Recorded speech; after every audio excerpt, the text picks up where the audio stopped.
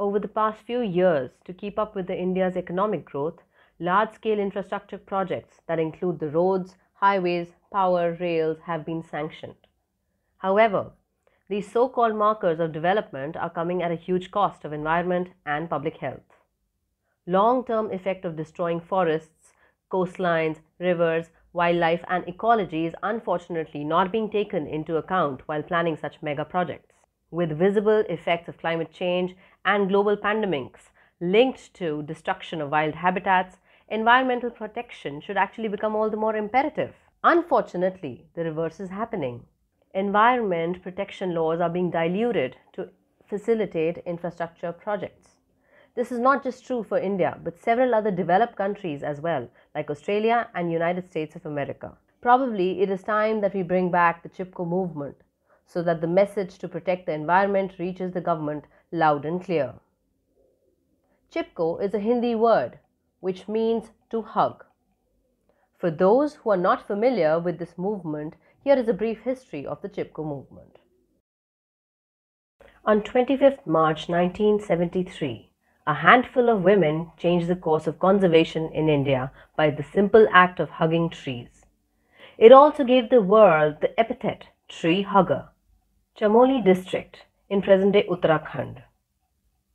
The villagers had been protesting the forest department's decision to auction trees to the highest bidder under a colonial-era policy of the contractor system.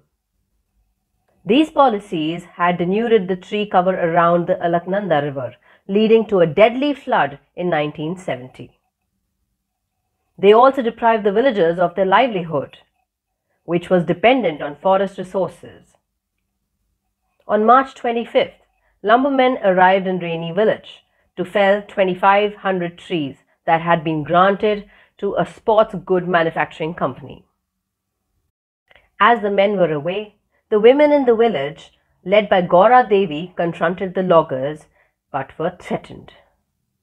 The women resorted to hugging the trees to save them, and they continued to do this till the next morning and over the next 4 days. This news reached Uttar Pradesh Chief Minister Hemwati Nandan Bahuguna, who set up a committee to the matter that eventually ruled in favor of the village. The Chipko andolan had won its first battle.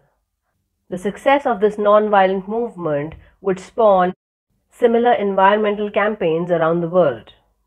Women assumed a leading role in the movement as the forest department policies affected them the most.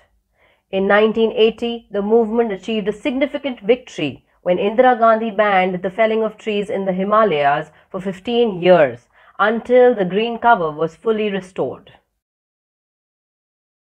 As said by Damu Smith, we can have environmental justice and positive economic development that generates jobs for communities, but at the same time fosters a cleaner environment. They are not mutually exclusive.